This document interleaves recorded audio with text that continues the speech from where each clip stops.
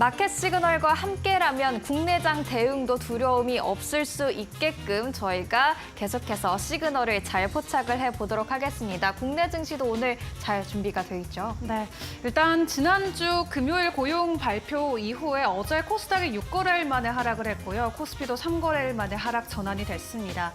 일단 FOMC를 앞두고 있는 만큼 오늘 우리 시장에서 뚜렷한 방향성을 보여줄 수 있을까 이런 생각도 들긴 하는데 간밤 나왔던 미국 쪽의 시그널 확인을 해보고 국내 전략들도 꼼꼼하게 체크를 해보죠. 간밤 뉴욕 증시 상황 전해주세요. 네, 뉴욕 증시도 6월 FOMC를 아주 촉각을 곤두세우고 있는 듯한 모습들이 나타났습니다. 3대 주요 지수 모두 오름세로 마감을 하면서 나스닥과 S&P 500 지수 같은 경우 사상 최고치에서 마감을 하기도 했지만 상방 압력이 다소 좀 제한적이다 이런 평가들이 나오고 있는데요. 엔비디아 상승세가 강하진 않았고요. 또 애플은 WWDC를 했음에도 불구하고 오히려 주가가 하락하면서 시장의 강력한 상승 동력으로 작용을 하지 못한 것으로 보여지고 있습니다. 시총 순위 변경이 있어서 이 부분 짚고 넘어가 보도록 하겠습니다. 엔비디아 같은 경우에는 10대 1 액면 분할 이후 이날 첫 거래를 시작을 했었습니다. 엔비디아의 주가 0.75%가량 오름세를 보였는데요.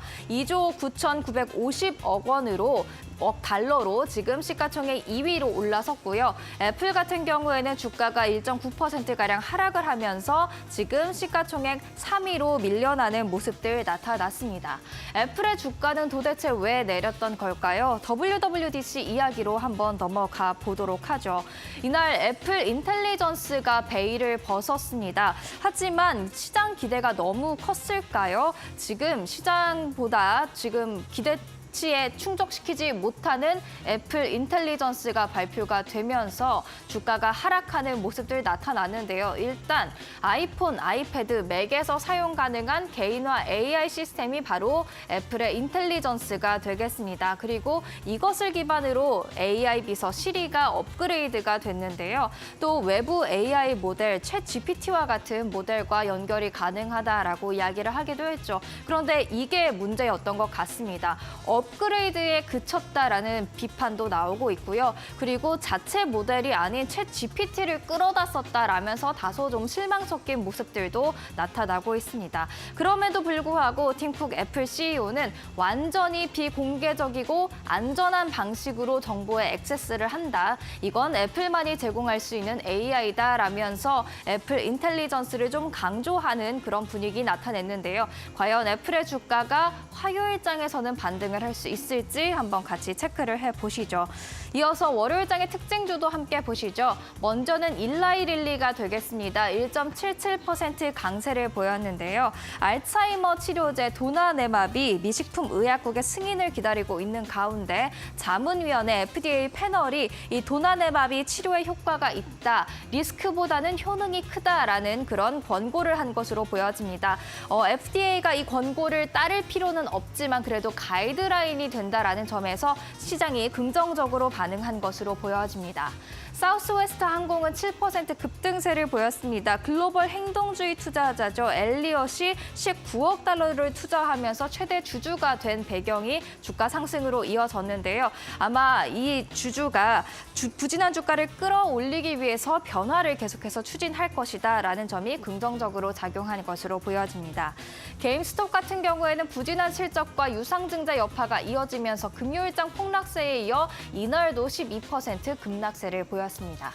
이어서 S&P 500 지수에 편입되는 그리고 퇴출되는 종목들의 움직임 한번 체크를 해보도록 하죠. 현재 시간 6월 24일부터 새롭게 지수에 편입되는 종목 3가지가 있고요. 그리고 퇴출되는, 교체가 되는 종목 3가지가 있습니다.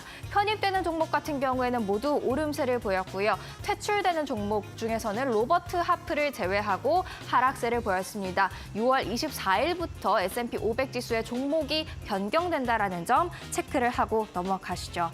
이어서 월요일장에서 애널리스트가 주목한 종목도 한번 확인을 해보도록 하겠습니다. 먼저는 엔비디아 계속해서 월가에서 주목을 하고 있습니다.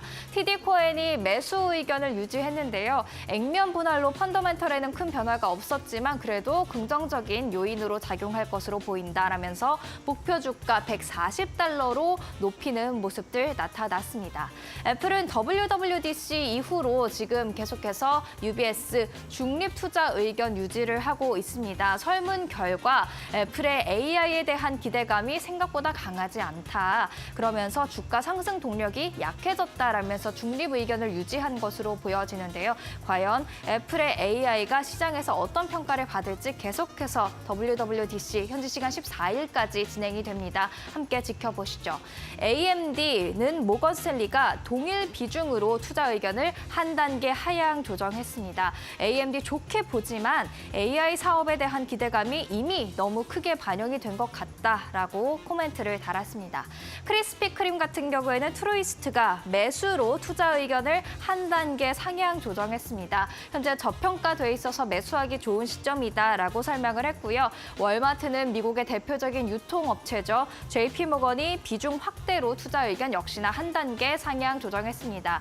불확실한 하반기와 약해진 소비 시장 속에서 방어적인 성격과 공격적인 성격을 모두 갖추고 있는 종목이다라고 설명을 했습니다. 이렇게 월요일장에서 저희가 주목해봐야 할 종목들 같이 체크를 해봤습니다. 이어서 월가의 전략가를 만날 시간인데요. 지금 시장에는 위험들이 도사리고 있다라고 합니다. 어떤 위험인지 함께 들어보시죠.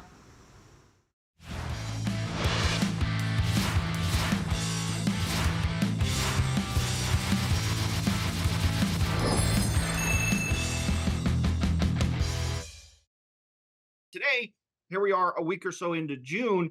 We're at all-time highs, but Treasury yields are going up at the same time. So we feel like we're coming to a kind of boiling point in this market in terms of who's going to win. The bond guys clearly think that there's too much, frothiness in this market valuation, and they're bidding up bonds at this point in time. And then the stock market is just piling into what they think are the highest quality names. I don't want to take anything away from NVIDIA in particular, that has really done very well at showing real growth in revenue and earnings per share. They've done a great job. The problem for us is it seems like they now have a valuation that includes all of the future growth going out the next couple of years, where they would just simply have to continue to surprise so much to the upside in order for the stock to continue to grow. Now, I think a great tactical move. They did a nice 10-for-1 split that makes the price a little bit more approachable at this point in time. And so that could give it legs in the near term. But in the long term, looking at where they are in terms of just what the valuation they're trading at, it's including still really absurd to the upside surprises. So how does it go higher from here? And that backs us into, if that's where all the market energy is, how does the market go higher from here? I think that there's definitely some risks out there right now that a lot of the market is on the stock side is just simply ignoring.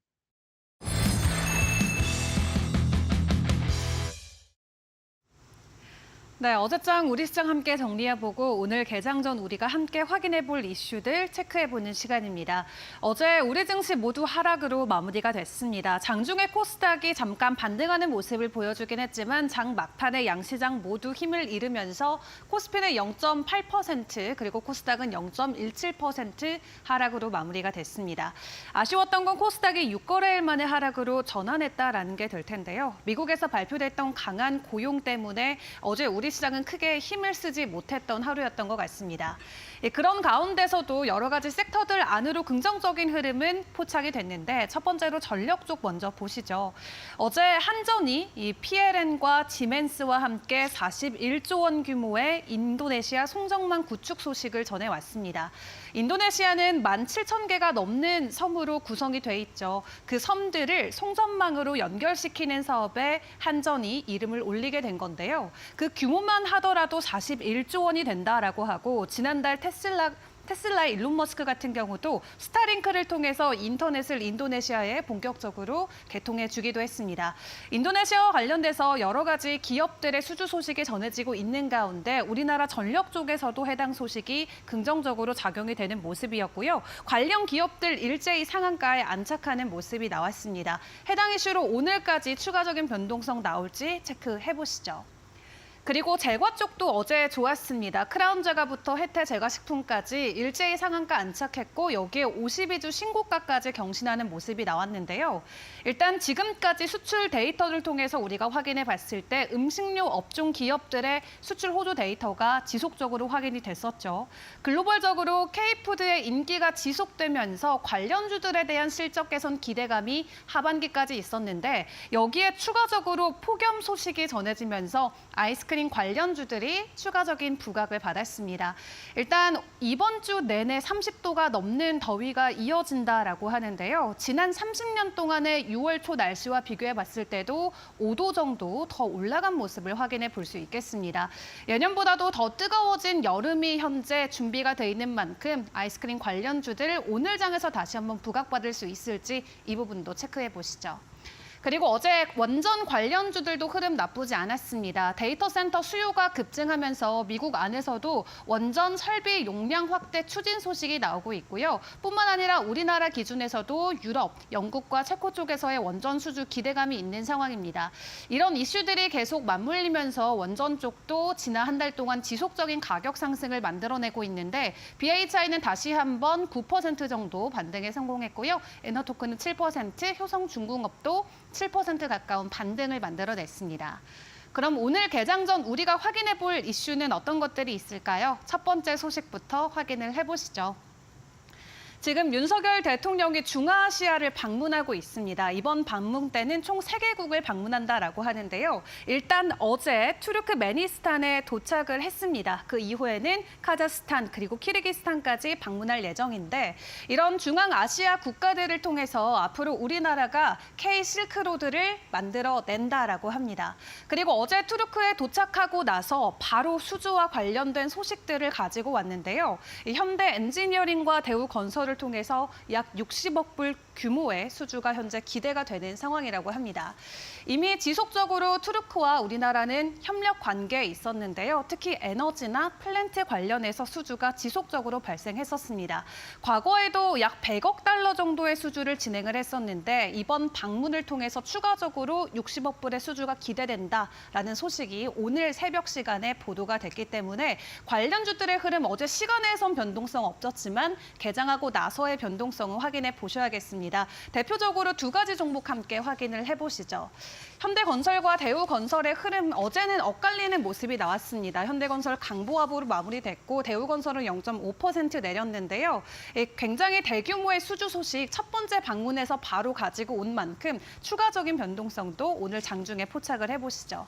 이어서 두 번째 이슈 넘어가도록 하겠습니다. 이어서 두 번째 이슈는 애플의 소식 꼭 확인을 해봐야겠죠. 일단 애플의 이 세계 개발자 컨퍼런스가 열렸습니다. 그리고 우리가 기다렸던 애플의 인텔리전스가 드디어 베일을 벗었는데 약간은 실망의 목소리가 훨씬 더 큰 상황입니다. 일단 이번에 공개됐던 애플의 인텔리전스 6가지 특징은 이렇게 나눠볼 수 있겠습니다만 지금에 공개됐던 AI 서비스와 별반 다를 건 없습니다. 문서를 요약해주고 영상과 이미지를 만들어주고 또 검색 쪽에서 AI를 탑재해서 보다 효율성을 높이겠다라는 이야기였는데요. 이러한 애플 인텔리전스가 공개가 되면서 단순히 마이크로소프트나 기존의 빅테크 기업을 추격하는 수준에 머물렀다라는 평가를 받고 있습니다. 뿐만 아니라 이번에 오픈 AI와 함께 파트너십을 공개하기도 했는데 오픈 AI를 내세워서 애플은 뒤에 숨은 상황이다라는 평가까지 나오고 있는 상황인데요. 다만 팀쿡 CEO 같은 경우는 앞으로도 애플이 생성형 AI뿐만 아니라 대규모 언어 모델을 주도해서 지속적으로 시장을 개척해 나가겠다라는 이야기를 전해오기도 했습니다. 이렇게 많은 리스트업을 공개했음에도 불구하고 간밤 애플은 결국 하락으로 전환이 됐는데 이 개발자 컨퍼런스를 앞두고 국내에서도 관련주들을 향한 관심이 지속적으로 이어졌습니다. 특히 대형주들을 놓고는 이 증권가에서도 지속적으로 보고서를 발표했었는데요. 오늘 장중 흐름 또 실망 매물이 나올지 지켜보셔야겠습니다. 관련주들의 종가 현황도 함께 확인해 보시죠. 애플을 향한 매출 비중이 높은 LG 이노텍 어제는 0.8% 오름폭을 보였습니다. 더구전자도 3% 가까운 반등을 보였는데 다른 관련주들 어제는 크게 힘을 쓰지 못하는 모습이었는데요. 오늘 픽 이벤트를 긍정적으로 소화하지 못하면서 하락으로 애플이 마무리가 됐기 때문에 관련주들 추가적으로 장중에 출렁임 나올지 이 부분도 체크해 보셔야겠습니다. 내일 FOMC와 CPI 발표를 앞두고 있는 만큼 오늘 국내 증시는 어떤 반응을 보여줄 수 있을까요? 계속해서 이데일리 TV와 함께 개장 전략 체크해 보시죠.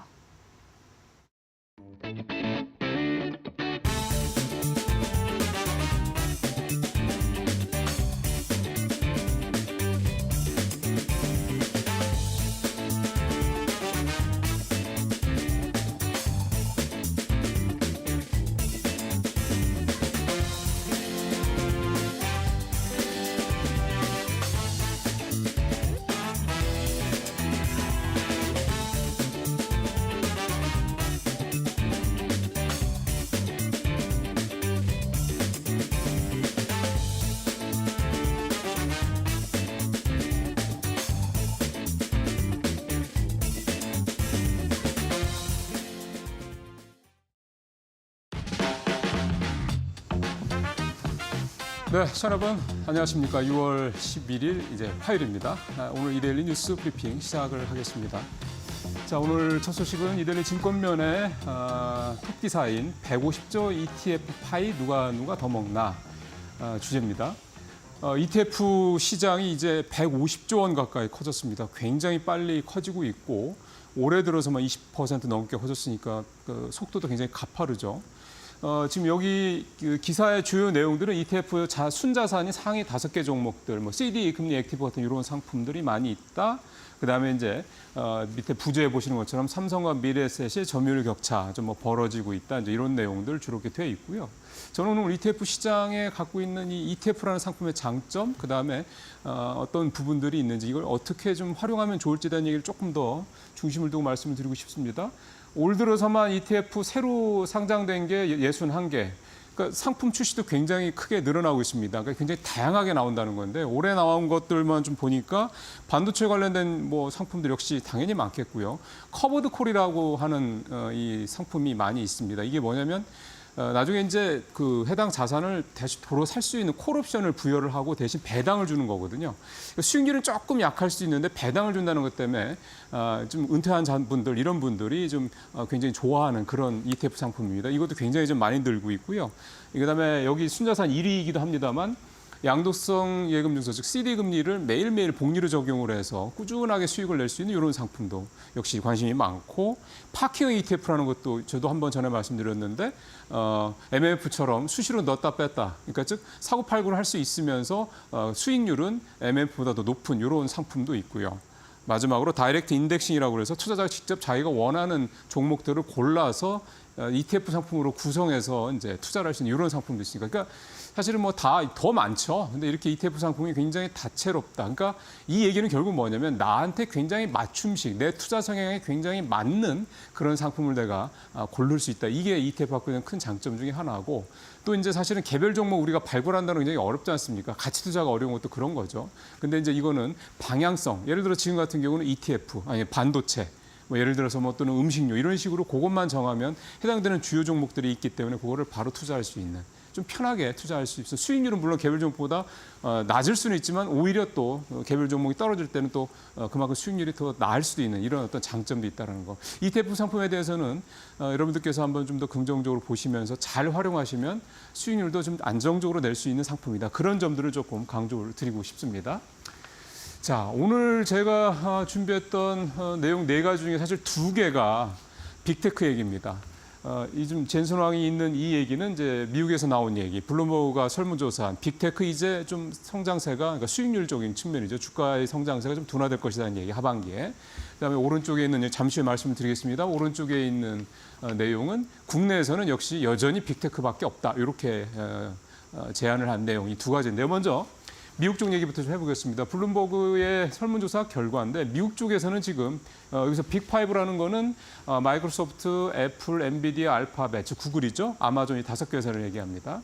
하반기 가서 성장세가 둔화될 것이다 이렇게 목소리가 좀 나오고 있습니다. 그 성장세 둔화의 근거는 이익 성장률이 하반기로 갈수록 뚝 떨어진다. 예를 들어서 1분기에는 이 빅5의 이익 성장률이 50%에 달했는데 4분기에 갔을 때는 19%로 절반 이하로 떨어진다. 이제 이 얘기가 되겠습니다. 그다음에 그동안 많이 올랐다라는 부담도 좀 있고 특히 이들 5종목에 대한 매도 물량이 최근 들어서 최근 2주째 굉장히 좀 많이 늘어나고 있다라는 점. 이런 점들을 좀 근거로 빅테크에 대한 투자 부분은 좀 더 신중할 필요가 있다. 이런 이제 얘기를 하는 거고요. 그러면 이제 미국에서 빅5 말고 빅테크 5 말고 뭘 투자하면 좋느냐? 에너지, 소재, 바이오, 뭐 소비재, 금융업종 이런 업종들이 이제 순환매 형태로 돌 것이다. 근데 저는 이제 이 부분을 어떻게 해석을 하냐면 예를 들어서 지금 빅테크 5, 이 빅5 같은 경우는 이제 AI의 수혜를 직접적으로 받는 반도체가 됐든 뭐 데이터 센터가 됐든 서버가 됐든 LLM이 됐든 이런 쪽이 되는 반면에 이게 이제 다양한 이제 소비 업종으로 그러니까 뭐 에너지든 소재든 소비재든 금융 쪽으로 간다는 얘기는 결국은 소위 말하는 버티컬 산업으로 AI 기술이 이제 적용되는 것들이 이제 본격화된다라는 쪽으로 저는 해석을 좀 해보고 싶습니다. 그러니까 결국은 이제 그동안 너무 빅테크 쪽에 쏠렸던 에너지가 AI 기술이 활용되는 다양한 실제 체감 분야로 확장될 수 있다. 이 부분이 올 하반기에는 어떤 메인 어떤 주제가 될 것이다. 이 부분이 미국에서 나온 얘기의 핵심이라고 생각을 합니다. 자, 이제 우리 쪽에서 나온 얘기는 뭐냐면 AI주 너무 올랐다. 지금이 투자 적기다라는 게 이제 제목에 나와 있는 것처럼 지금 투자해도 지금 많이 올랐다고 하지만 지금 투자해도 늦지 않았다. 지금도 충분히 수익을 많이 낼 수 있다. 이 얘기가 되겠습니다. 한국투자자산운용의 배재기 대표 사진이고요. 한국투자신탁운용의 얘기는 그렇습니다. AI 관련 산업이 앞으로도 폭발적으로 성장할 수밖에 없다. 그리고 빅테크들이 밸류체인을 충분히 갖고 있기 때문에 이들과 걸맞는 어떤 그런 종목들을 ETF 상품으로 이렇게 패키징화해서 우리가 이제 판매를 하겠다 이 얘기가 되는 건데 중요한 거는 여기서 한국투자신탁운용에서 했던 종목이 4개입니다. 빅5가 아니라 빅4가 되는데 이들 4개 종목이 구글, 마이크로소프트, 애플, 엔비디아. 그러니까 이 4개 종목을 중심으로 이들 종목이 중심이 되는 서플라이 체인을 구성을 해서 그 해당되는 종목들에 투자를 하는 게 가장 현명하다. 이 얘기가 되겠습니다.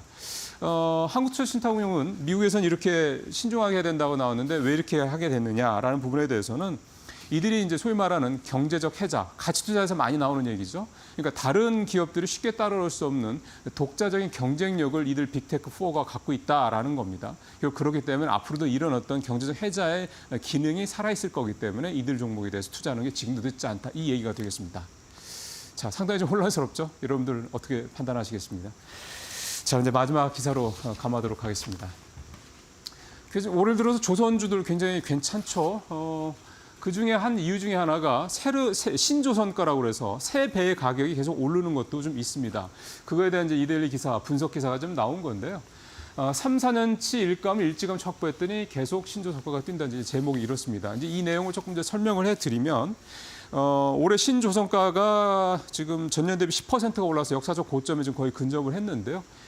지금 우리나라 이 조선사들이 3, 4년치 일감을 확보했으니까 어떤 현상이 벌어지냐면 이제 수주를 고르는 겁니다. 아무 배나 수주하는 게 아니라 많이 남는 부가가치가 높은 이익이 높은 배들만 수주를 하는 거죠. 그러다 보니까 아무리 우리나라 수주 물량이 중국에 비해서 좀 최근에 좀 뒤처지는 뭐 이런 결과도 좀 나오긴 하는 겁니다. 지금 이런 상태가 계속된다 그러면 우리 앞으로도 우리는 계속해서 좀 부가가치가 높은 배들만 이제 수주를 할 수밖에 없을 거고 또 그 이유 중에 하나는 안타깝지만 더 배를 수주해서 만들고 싶어도 도크가 이제 지금 남는 도크가 없기 때문에 이제 그렇다는 이유도 좀 나오고 있습니다. 일각에서 우리나라가 지난 5월 달에 전 세계 선박 수주 점유율에서 중국에 크게 밀렸다는 기사가 나오면서 이거 우리나라 조선주들 투자해도 되냐 이렇게 우려하시는 분들이 있을 수 있겠습니다. 사실 이렇게 내막을 들어보면 사실 이런 어떤 배경이 있는 거고 그러니까 이거를 너무 그냥 수치 그대로 액면 그대로 걱정하시면서 받아들일 필요는 없다 이런 얘기가 좀 되겠고요. 또 하나 조선 쪽에서 긍정적으로 볼 수가 있는 거는 뭐냐면 해상운임이 계속 오르기 때문에 어쨌든 배에 대한 이 수주 물량이 주문 물량이 계속 늘고 있다라는 거 나오고 있다라는 점도 하나가 있겠고요. 또 하나는 계속해서 이제 이 뭐 해양에 케이블을 설치하다든가 이런 식으로 좀 스페셜한 어떤 기능을 가진 배들에 대한 주문이 계속 나오고 있습니다. 그럼 결국은 그런 어떤 최첨단 배를 만들 수 있는 능력을 가진 나라가 사실 우리나라밖에 없기 때문에 우리나라 조선사들의 어떤 그런 전망은 단순히 뭐 우리가 수주를 많이 했다 안 했다 이렇게만 보실 필요는 없다라는 점 오늘 그 점을 좀 마무리로 말씀을 드리고 싶습니다. 오늘 브리핑 여기서 마치겠습니다. 고맙습니다.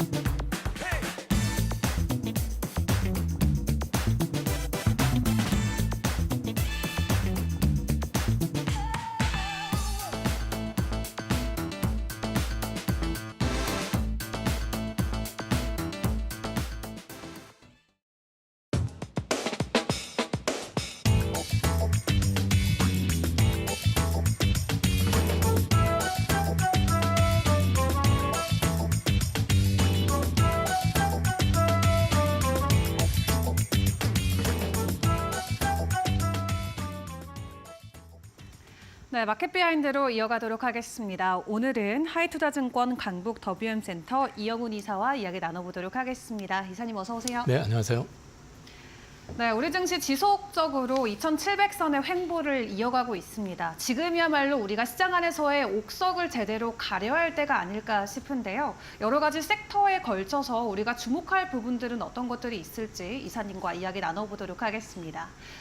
최근에 중국을 향한 관세 인상 좀 무섭기도 합니다. 2차 무역 정쟁이 아닐까 싶을 만큼 굉장히 부담감이 강해지고 있는 상황인데 지금 2차 전지 국내 증시에서는 바닥론이 나오고 있기는 하잖아요. 네네. 최근에 좀 주가 반등이 나오긴 했는데 여전히 기회의 자리로 봐야 될까요? 일단 무역 전쟁 관련해 가지고는 이전하고 다른 거는 왜 미국이 이번에 이렇게 예민하게 구느냐면은 자국이 직접 그 전기차라든지 네. 이 신재생 쪽을 갖다가 또 AI 쪽을 키우기 위해서 직접 투자를 하고 있기 때문에 그렇습니다. 그 전에 이해관계가 없었던 산업에서는 사실 우리나라가 이제 주로 주력이었었던 조선이라든지 화학이라든지 이런 쪽에서 중국 업체들이 보조금 지급해가지고 산업을 키울 때는 거의 방치했었거든요. 왜냐하면 싼 게 좋은 거니까 자기들 입장에선. 근데 이번에는 자기들하고 직결되기 때문에 그런 거기 때문에 이건 일회성이라기보다는 자기들의 산업을 키우기 위해서 하는 거기 때문에 계속될 가능성이 높다. 그렇게 보시면 될 것 같고요. 바닥 관련해 가지고 이제 시그널이 나오는 것들은 물론 이제 이번에 비농업 고용자 수가 예상보다 높게 나오는 바람에 조금 얘기가 달라지긴 했지만 그럼에도 불구하고 그 전까지는 금리 인하 기대감이 굉장히 높았었고요.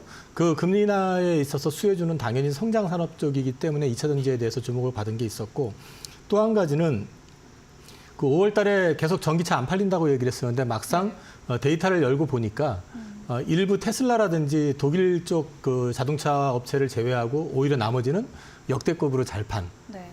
전기차의 그 5월 달에 이제 그런 판매량을 기록했었다라는 측면에서 시장에서 관심을 좀 받았던 거 있고 말씀하신 것처럼 중국에 대해서 관세 부과가 되는데 이제 유럽도 7월부터 이제 본격적으로 이제 관세가 도입이 되고요. 그다음에 이제 중국의 고션이라든지 CATL이라든지 이런 회사들에 대해서 미국 그 의회에서 그 블랙리스트 등재 요구를 지금 이제 공화당 쪽에서 특히 지금 요구하고 있다. 이런 것들이 이제 시장에서 우호적인 반응을 좀 줬던 것 같습니다. 근데 이게 일회성으로 끝나기보다는 앞으로 좀 지켜보셔야 될 게 최근에 보시면은 우리나라에서도 EV3라고 해서 기아에서 자동차 내놨잖아요. 보조금 받게 되면은 3천만 원 전후입니다. 그러니까 가격적인 저항이 굉장히 많이 이제 낮춰진 데다가 NCM 배터리를 차용해가지고 이게 주행거리가 롱레인지 기준으로 해서 500km가 넘거든요. 그러면 상당히 이제 주행거리라든지 이런 것들까지도 어느 정도 보완이 되어 있는 상태고 문제는 이게 기아만 이런 걸 출시한 게 아니고 GM이라든지 스텔란티스 또 그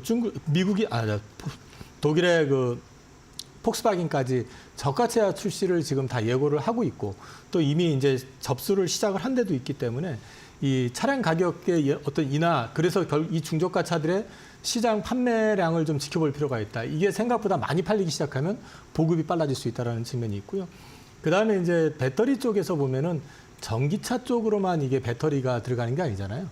그 소위 말해서 신재생 에너지 저장 장치라고 해서 ESS 양으로 해서도 배터리가 많이 이제 판매가 되는데 이번에 그 미국도 그렇고 유럽도 그렇고 이제 배터리 쪽에 규제가 들어가기 시작하면서 ESS양 배터리에 대한 규제가 본격적으로 시작이 됩니다.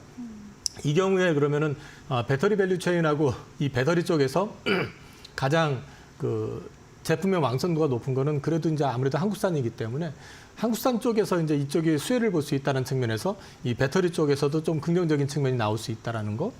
그리고 이제 46파이 원통형 배터리가 그 LG 에너지 솔루션에선 8월. 그다음에 일본의 파나소닉은 지금 예고한 거는 9월이고요. 뭐 실제 양산은 내년이라는 말도 있긴 하지만 그리고 이제 삼성 SDI가 내년 초 양산을 얘기를 하고 있는데 이게 이제 본격화되게 되면은 이게 배터리의 비용을 줄일 수 있고 그다음에 이제 역시 마찬가지로 효율을 높일 수 있고 여러 가지 측면에서 유리한 측면이 있기 때문에 이런 것들이 이제 하반기 모멘텀으로 좀 작용할 가능성이 높다. 그래서 지금부터는 이런 어떤 판매의 어떤 증가 가능성 여부를 좀 지켜보셔도 괜찮지 않을까 보고 있습니다. 네, 전기차 판매 데이터 함께 확인해 보면서 전략들 세워가야 된다 말씀해 주셨습니다. 저가형 전기차 출시와 함께 전기차의 수요가 좀 늘어가고 있는데 그 부분에서 가장 부담되는 게 테슬라가 될 것 같아요. 저가형 모델과 관련해서 아직까지도 뚜렷한 입장이 없는데 일단 국내에서는 어제 나온 기사를 보니까 100%가 넘게 판매량이 증가했다라고 하더라고요. 지금 기아 EV3 그 예약 판매 현황을 보게 되면 이제 역대급인 것 같고요. 그다음에 지금 GM에서 1억 원대 차도 나왔거든요. 리릭이라고.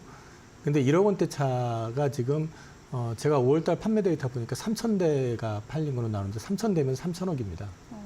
그죠? 1억이 넘으니까. 네. 근데 이제 이게 우리나라에서도 이제 예약을 받기 시작하는데 우리나라가 또 그런 거 좋아하잖아요. 그래서 이제 이쪽도 예약이 굉장히 많아진다고 하는 거기 때문에 이 전기차 판매의 어떤 추이는 앞으로 좀 지켜보실 필요가 있고요. 네. 그다음에 최근에 이제 나오고 있는 게 중국산 그 소재 이런 쪽에 대한 규제가 이제 강화가 되고 시작하다 보니까 이 전구체가 아무래도 중국 쪽에서 주로 많이 생산을 하잖아요. 이게 이제 문제가 될 가능성이 있다 해서 이제 전구체 쇼티지 얘기가 좀 나옵니다. 만약에 이거는 저도 이제 확인을 해봐야 되는 거지만 전구체 쪽이 쇼티지가 발생이 되고 그런 부분에서 규제가 강화가 된다 그러면 지금 양극재 업체들이 재고 때문에 지금 계속 고생하고 있잖아요. 에코프로 BM이라든지 LNF 뭐 이런 이제 양재 회사들 같은 경우가 이제 그런 것 때문에 고생을 하고 있는데 전구체 쇼티지가 이제 만약에 확장이 된다 그러면 이거 배터리 셀이라든지 아니면은 전기차 업체 쪽에서 양극재를 미리 확보하려고 하는 움직임이 있을 수 있다. 그래서 이제 이런 재고의 어떤 감소 속도도 하반기에는 좀 주목을 해서 보셔야 될 것 같고요. 이런 게 이제 종합적으로 맞물려서 말씀드리면 결과적으로 전기차 판매량이 급증할 가능성에 대해서 하반기는 좀 지켜보셔야 되는데 그 핵심은 역시 가격적인 저항을 많이 줄인 네. 저가 전기차일 가능성이 높다. 이렇게 보셔도 될 것 같습니다. 네, 하반기 들어서 전기차 판매량, 이 저가형 자동차를 통해서 다시 한번 증가 추세를 이어갈 수 있을지 함께 확인을 해보시죠. 그리고 지난주에 발표됐던 5월의 고용지표 굉장히 뜨겁게 나오면서 다시 한번 금리 인하에 대한 기대감이 차갑게 식었습니다. 금리 인하 시기가 지연되면 가장 부담을 받을 수 있는 섹터, 그중에 하나가 바로 바이오 섹터가 될 것 같은데 사실 제약바이오 이번 달까지는 개별주 위주로 분위기는 나쁘지 않았거든요. 네네. 앞으로 어떻게 될까요? 그 이제 비농업 고용자 수가 예상치를 훨씬 상회하는 것 때문에 시장이 좀 충격을 받았는데 사실 요즘 그게 좀 정확성이 많이 떨어진다는 얘기들이 있거든요. 그리고 이번에 발표된 내용을 보면 실제 발표치는 뭐 역대급으로 늘어난 것처럼 보이는데 가계조사에서는 오히려 실업률이 4.0%로 늘었고 네. 그다음에 이제 실제 가계조사 결과를 보면 그 고용이 40.8만 명 정도, 그러니까 40만 8천 명 정도가 줄은 걸로 지금 나오거든요. 그래서 이거는 또 지나봐야지 된다. 그러니까 실제로 작년 3분기 그 분기 고용 센서스를 이제 확인을 해보면 네. 원래는 그 매달 한 거를 집계해 보면 59만 명이 늘었어야 되는데 실제 결과치는 19만 명이 감소한 걸로 나와 있거든요. 이 차이가 결국은 뭐냐면 이 사전에 이제 조사를 할 때 무응답 비율이 높기 때문에 그런 좀 영향도 좀 있는 것 같아요. 그래서 이건 지켜봐야 되고 이번에 이제 그 월스트리트 저널의 닉 티밀하우스 같은 경우도 연준이 이번에 이것 때문에 뭐 그 금리라든지 이런 거에 대한 전망을 바꾸거나 그러진 않을 것 같다라고 얘기하는 것도 이제 그런 측면이 좀 있는 것 같고요.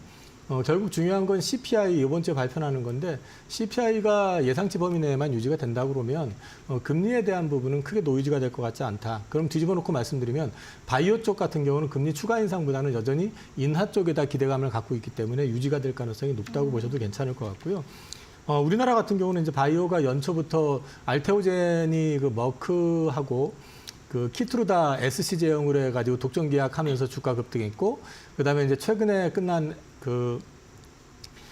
최근에 이제 바이오 USA, 그다음에 그 앞에서 있었던 아스코에서 유한양행이 그 렉나자하고 리브리반트 그 제형의 그 병용 투여 결과, 그리고 또 이제 리브리반트를 SC 제형으로 했을 때 그 결과 임상 결과를 발표하면서 이게 이제 8월 한 하순경에 그 결과가 나올 가능성이 있다고 하는데 신약 승인 가능성을 높인 거.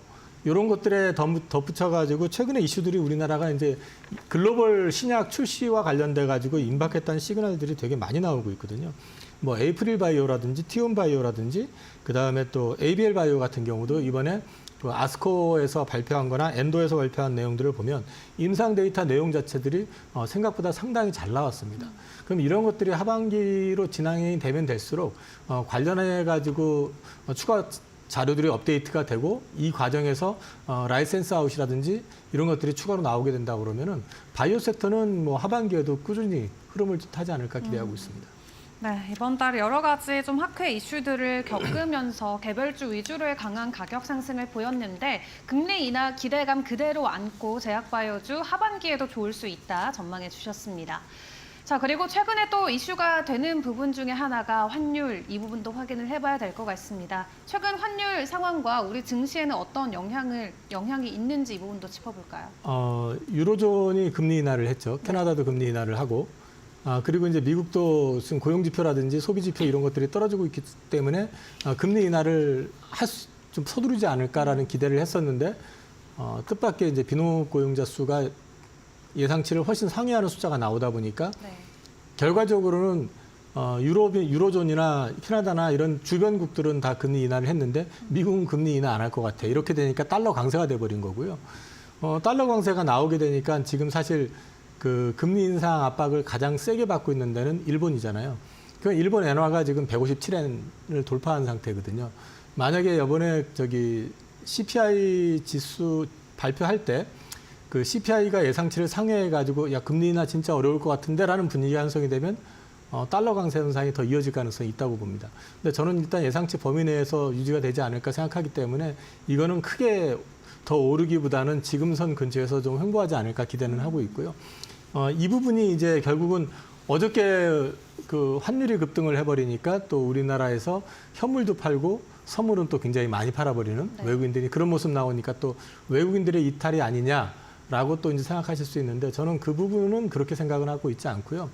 이제 지켜보셔야 되는 부분들이 우리가 지금 사실 옛날 같았으면 옛날이라고 하면은 그렇게 오랜 옛날도 아니고요. 불과 한 5, 6년 전만 해도 우리나라에서 환율 1,300원대에 위치한다고 그러면은 뭔가 문제가 생겼을 때 위치한 가격대거든요. 보통 우리가 아무리 환율이 높아도 1,200원대였었고 그다음에 우리가 평균적으로 얘기했었을 때 불과 10년 전만 해도 1,100원대 있었어요.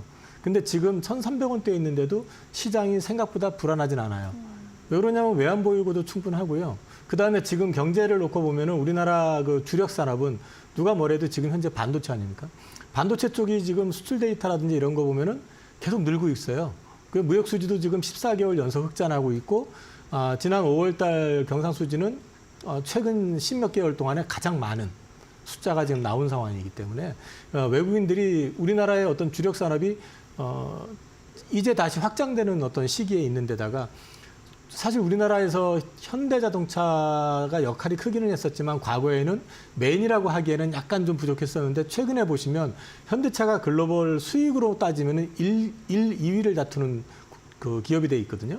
그렇기 때문에 현대차 쪽도 괜찮고 그다음에 뭐 요즘 중국하고 많이 싸움이 나기 시작하다 보니까 중국을 견제하기 위해서 우리나라의 주력 산업 중에 하나인 조선 그다음에 최근에 이제 뜨기 시작하는 바이오 보안과 관련해 가지고 이제 계속해서 예고가 되고 있는 뭐 바이오 쪽이라든지 이런 쪽들이 계속해 가지고 이제 우리나라 쪽이 수혜를 볼 수 있다 그러면은 외국인들이 쉽게 이탈은 안 할 거다. 그래서 이제 지금은 환율 때문에 조금 불안정한 흐름이 보여지고 있긴 하지만 저는 뭐 CPI가 예상치를 상회하는 어떤 숫자가 나오지 않는 이상에는 이것도 어느 정도 선에서는 좀 진정될 가능성이 있지 않을까 싶습니다.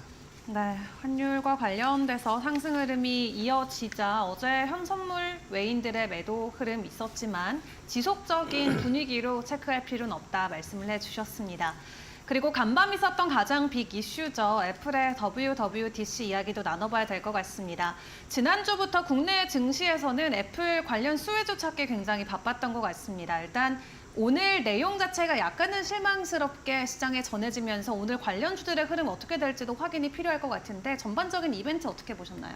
일단 애플 관련해가지고 미리 네. 어떤 기대감 내주는 이런 게 나올 거야라고 예상했었던 것들은 네. 이제 주가에는 이미 먼저 반영이 돼 왔었죠. 그래서 주가가 올라왔었고 막상 발표를 하니까 사실 심리가 이건 나올 거야라고 생각했었으면 그거보다 조금 더 잘 나오길 바라잖아요. 좀 더 충격적인 게 나와주길 바라고. 근데 네. 그런 게 없으니까 뭐 그냥 예상했던 수준이네. 이렇게 생각을 하게 되는 거고요. 저도 이거 내용을 아침에 계속 곰곰이 몇 번을 이렇게 훑어봤는데 네. 뭐 저도 이제 이미 그 온디바이스 AI 해가지고 뭐 우리 삼성폰에 이제 탑재되어 있는 거 이런 걸 통해 가지고 이제 나름대로 여러 가지 생각을 했었기 때문에 그런지 특별히 달라진 거 없는데 그냥 챗GPT 무료로 사용할 수 있다는 거 정도? 네. 그죠? 그다음에 이제 OS에 AI가 이제 장착이 돼 가지고 사용된다. 정보는 별도로 분리해 가지고 하기 때문에 이제 개인 정보라든지 이런 것들은 안전하다. 뭐 그런 정도 내용인데 이게 뭐 이렇게 스페셜한가? 네. 네, 그런 생각이 들어서 오늘 거 가지고 뭐 주가가 특별히 뭐 오른다? 뭐 그런 기대감보다는 저는 오히려 지금 최근에 동향을 보면은 애플이 그 예상치가 내년 판매량이 5% 정도 감소하는 걸로 예상을 하고 있거든요. 그게 이제 애플 같은 경우는 중저가폰보다는 고가폰에서 시장 점유율이 높잖아요. 그러면 그 시장을 지키기 위해서 뭐가 있을까라고 생각을 해보면 결국은 그 폴더블 폰에 대해서 결국 출시를 좀 앞당길 가능성에 대한 고민 이런 부분들하고 그다음에 아이패드 뭐 이런 쪽을 이제 OLED가 장착이 돼가지고 나오는 그런 부분에 대한 걸 통해 가지고 이제 그 하드웨어 쪽에서 좀 더 변화를 모색을 해가지고 시장을 좀 이제 지키려고 하는 그런 움직임이 좀 나오지 않을까. 그래서 이제 그런 쪽 관련된 기업들이 혹시 빠지면 네. 한번 관심을 가져보셔도 어떨까 싶습니다. 챗 GPT-4를 무료로 쓸 수 있다는 게 가장 큰 장점이 될 것 같습니다. 월 이용료가 $20를 넘기 때문에 해당 부분이 무료화된다는 것만으로도 충분히 뭐 매력을 느끼실 분도 있을 것 같고 예상했던 것보다도 조금 더 못 미치는 그런 기대감에 좀 실망을 하시는 분들도 있을 것 같습니다. 다만 관련주들 주가 조정 있을 때 우리가 공략해보는 것도 좋겠다 말씀 남겨주셨고요. 그리고 어제 우리 국내 증시에서 또 주목해볼 부분이 폭염 관련된 관련주들이 아닐까 싶습니다. 특히 아이스크림 관련된 제과 업종에서 상한가 직행하는 종목들이 많이 나왔는데 단기적으로 접근해야 될까요?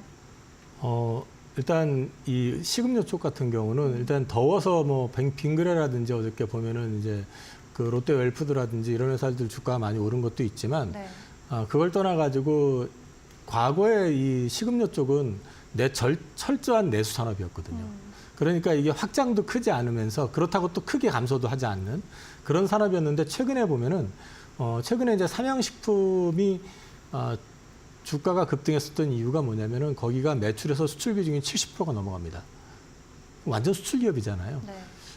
어저께 롯데웰푸드 급등했던 것도 보면은 27년까지 그 인도를 공략을 해가지고 수출 비중을 50%까지 늘리겠다. 빙그레도 최근에 내수 시장보다는 수출 쪽에 어떤 포커싱을 하고 있거든요. 그래서 이제 물론 이제 빙그레가 어저께 그렇게 많이 올랐고 했는데 그걸 지금 따라가야 되느냐라고 하는 건 또 다른 얘기이긴 한데 앞으로 이 음식료 쪽에서 수출 비중이 커지는 쪽 그런 쪽과 관련해 가지고는 좀 관심을 좀 가져보셔야 될 것 같지 않느냐. 여전히 지금도 PER로 따지면 10배 미만의 회사도 있고요. 네. 여전히 많이 오르기는 했지만은 이제 그 주요 유통망을 뚫어 가지고 이제 새로운 어떤 성장 동력을 장착한 그런 회사들도 좀 있기 때문에 그런 쪽은 좀 계속 관심을 가지셔야 된다. 단적으로 우리나라의 그 인디 브랜드들이 화장품 쪽이 특히 이제 그 쇼핑몰을 통해서 뭐 우리나라의 그 올리브영이라든지 이런 그 쇼핑몰에 탑재가 되는 순간에 이제 주가가 급등했었던 그런 사례가 있었던 것처럼 네. 관련한 것들은 이쪽 이제 해외 시장 진출을 통해 가지고 그 현지에 그 플랫폼이라고 할 수 있는 주요 유통망 거기에 딱 이제 입점을 하는 회사들이 있거든요. 네. 그런 회사들 같은 경우는 특히 관심을 가져보셔도 괜찮을 것 같습니다. 네, 단순히 날씨 이슈를 넘어서 좋은 실적이 뒷받침되기 때문에 앞으로의 추가 상승도 우리가 긍정적으로 전망해 봐도 되지 않을까 생각이 듭니다. 오늘 전반적인 섹터에 걸쳐서 앞으로의 전망은 어떠할지 우리는 또 어떤 스탠스로 바라봐야 될지 이사님과 꼼꼼하게 전략 함께 체크해 봤습니다. 도움 말씀 감사합니다. 예, 감사합니다.